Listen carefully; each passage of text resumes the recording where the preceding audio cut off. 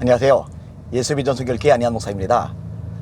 애국이 먼저냐 예배가 먼저냐, 예배가 먼저냐 애국이 먼저냐, 이거 가지고 실갱이 벌이는 경우가 종종 발생하더라고요. 이건 사실 실갱이 벌일 일이 아닙니다. 뭐가 먼저냐라고 따질 일이 아닙니다. 함께 가야 될 문제입니다. 사실 지금 정권교체라는 굉장히 중요한 목표를 가지게 되었어요. 지금 이재명 씨가 여권 대선주자 1위인데 이 사람이 대통령이 될 경우에 우리 대한민국은 지금보다 더 끔찍한 상황으로 굴러 떨어질 겁니다. 2017년도 민주당 대선 후보 경선 때 이재명 후보가 제안했던 것이 있어요. 그 하나가 이제 재벌 해체론입니다. 우리 대한민국에 재벌들이 있죠. 뭐 삼성, LG, 현대, 뭐 이런 게 다 재벌이잖아요. SK 이 재벌이잖아요. 이거를 해체시키겠다는 겁니다. 삼성 같은 기업 하나만 해도요, 그 기업에 딸린 사람들이 굉장히 많습니다. 또 계열사까지 따지거나 협력업체까지 따지면 어마어마합니다. 또 국가적으로 수익을 가져다 주는 것도 뭐 상상을 초월할 정도입니다. 이게 국익에 굉장히 큰 보탬이 되는데 재벌을 해체하겠다. 진짜 미련하고 어리석은 발상이 아닐 수가 없습니다. 어떤 나라도 재벌을 해체시키지는 않아요. 그 다음에 이 사람이 2017년도에 또 어떤 주장을 했냐면은 토지 분배입니다. 전 국민들에게 토지를 나눠주겠다. 이게 뭐예요? 자유시장 경제 체제를 허물겠다는 거죠. 이게 사회주의 발생이죠. 북한의 김일성이 사람들의 환심을 살 때 이 짓을 했어요. 제주들의 토지, 농토를 빼앗아서 가난한 사람들에게 나눠주는 거예요. 그러니까 평생 땅 한 평 없이 살던 사람들 입장에서는요, 열광을 하는 거죠. 근데 그게 결국은 나라 전체를 가난하게 만들고 나라 전체를 망하게 만드는 요인이 됩니다. 이런 식으로 가면 절대로 안 됩니다. 그리고 지금도 계속 주장하는 것이 있어요. 국민 기본소득에 대한 겁니다. 또 경기도 도지사로서 돈을 자꾸만 퍼주는 일 앞장을 서고 있습니다. 국가의 수익이라는 것은요, 한계가 있습니다. 세금을 통해서 국가 수익을 창출하는 거예요. 기업체가 세금을 내죠. 그 다음에 국민들이 일해서 번 돈 일부를 떼서 세금으로 내죠. 근데 이게 한계가 있단 말이에요. 수입이 무한정하지를 않으니까.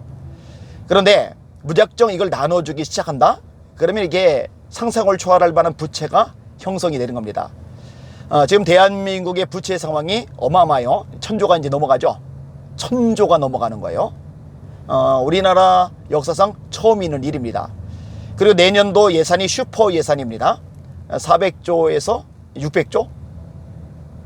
그러니까 이게 어마어마한 거예요. 이렇게 갑자기 많이 들리는 게 말이 안 되는 거예요. 자, 집값들 다 올려놨죠. 공시지가 올리니까 집값이 올라가고 거기서 세금을 어마어마하게 뜯어모으고, 그러니까 집 한 채 가지고 사는 사람 입장에서는요, 폭탄을 맞는 거예요.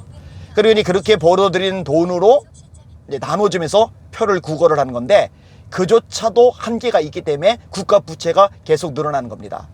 근데 이재명 씨의 제안대로, 이재명 씨의 주장대로 전 국민들에게 그렇게 돈을 나눠줄 경우에 나라는 베네수엘라 꼴이 될 수밖에 없습니다. 이 베네수엘라는요, 우리나라보다 사실 수익 구조가 좋은 나라입니다. 세계 산유량 1위 국가가 베네수엘라거든요. 그 석유만 제대로 팔고 그걸로 경제 활성화시켜도요, 정말 선진국 저리가 날 정도로 잘 살 수 있는 저력을 가진 나라가 베네수엘라입니다. 만약 우리나라가 베네수엘라처럼 석유가 났다면요, 지금 뭐 대단한 일들이 발생을 했을 겁니다.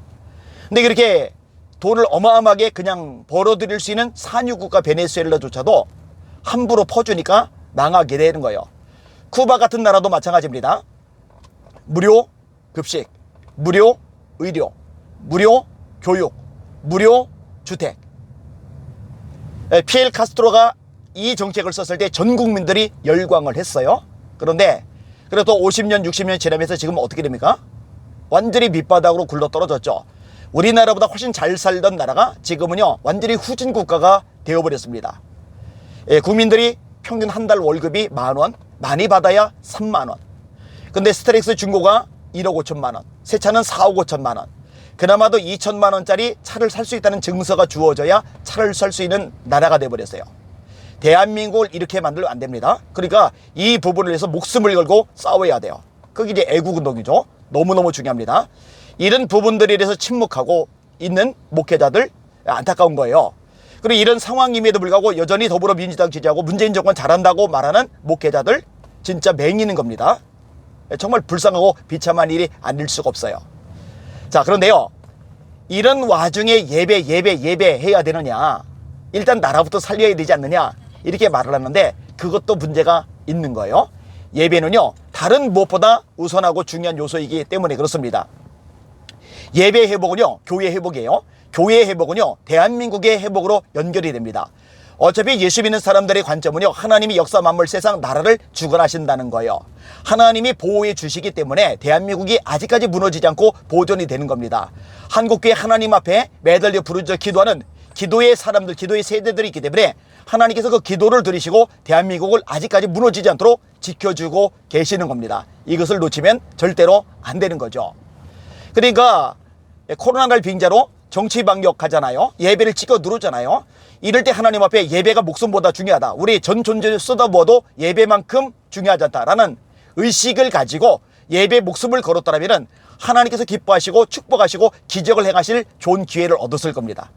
근데 그 기회를 제대로 잡지 못했다고 생각이 되어집니다.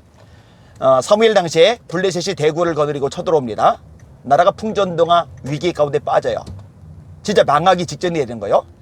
뭐 나라가 망하면은 뭐 예배고 성전이고 나만 하겠습니까? 엉망되겠죠. 뭐 하기야 그 당시에는 성전이 아니고 이제 성막이지만, 자, 그때 사무엘이요, 이상한 행동을 합니다. 군인들 빨리 밥 든든하게 먹이고 칼, 창, 활, 방패, 무기 준비시켜야 되는데 그거 뒷전인 거예요. 여자들 아이들 전쟁 나면 위험하죠. 비참하죠. 그러니까 여자들 아이들 우선 피난시켜야 되는데 이것도 뒷전인 거예요. 아니면 외국에 전령들을 보내서 군사들을 원조해달라고 요청을 해야 되는데 왜 외교적인 작업을 해야 되잖아요. 근데 이것도 뒷전인 거예요. 우리나라 같은 경우도 우리나라만 가지고는 한계가 있잖아요. 저 중국이 개입하면, 러시아가 개입하면은, 저 북한이 갑자기 쳐들어오면은 이 미국, 주한미군이 있기 때문에 이게 버팀목이 되는 측면이 있거든요. 이런 식으로 때때로 원조 세력이 필요할 때가 있단 말이에요. 근데 이것도 뒷전이고, 사무엘이 최우선으로 관심을 가진 게 뭐냐, 하나님이 받으시는 온전한 예배를 드린 겁니다. 온전한 번제. 그 예배를 하나님이 받으셨어요. 하나님이 기뻐하셨어요. 그러니까 하나님이 개입을 하시는 거예요. 이길 수 없는 싸움, 준비도 안 되고 무기도 열악하고 이런저런 상황이 최악인 처지였는데 그럼에도 불구하고 하나님이 기적적으로 승리를 거두게 만드십니다. 나라가 건짐을 받게 되는 거예요. 이때 나온 말이 유명한 말이죠. 에베네셀, 도움의 돌. 하나님이 여기까지 우리를 도와주셨다. 자, 이길 수 없는 싸움, 분명히 나라가 망하기 직전이에요. 무너지기 직전이에요. 그런데 건져진단 말이에요. 왜? 하나님이 개입하시니까, 하나님께서 도와주시니까. 지금의 대한민국도 마찬가지입니다. 하나님이 도와주시면 됩니다. 하나님이 역사하시면 됩니다. 하나님이 붙잡아 주시고 지켜주시면 됩니다. 잘못된 거 바로잡을 수 있고, 왜곡된 거 바로 펼 수 있고, 뒤집어 엎을 수 있습니다. 그러기 위해서 가장 중요한 것이 뭐냐? 예배의 회복입니다. 그러면서 저는 예자연의 활동을 너무 귀하게 생각을 합니다. 또 예배에서 목숨을 건 주의 종들, 또 성도들을 너무너무 값지게 생각을 합니다.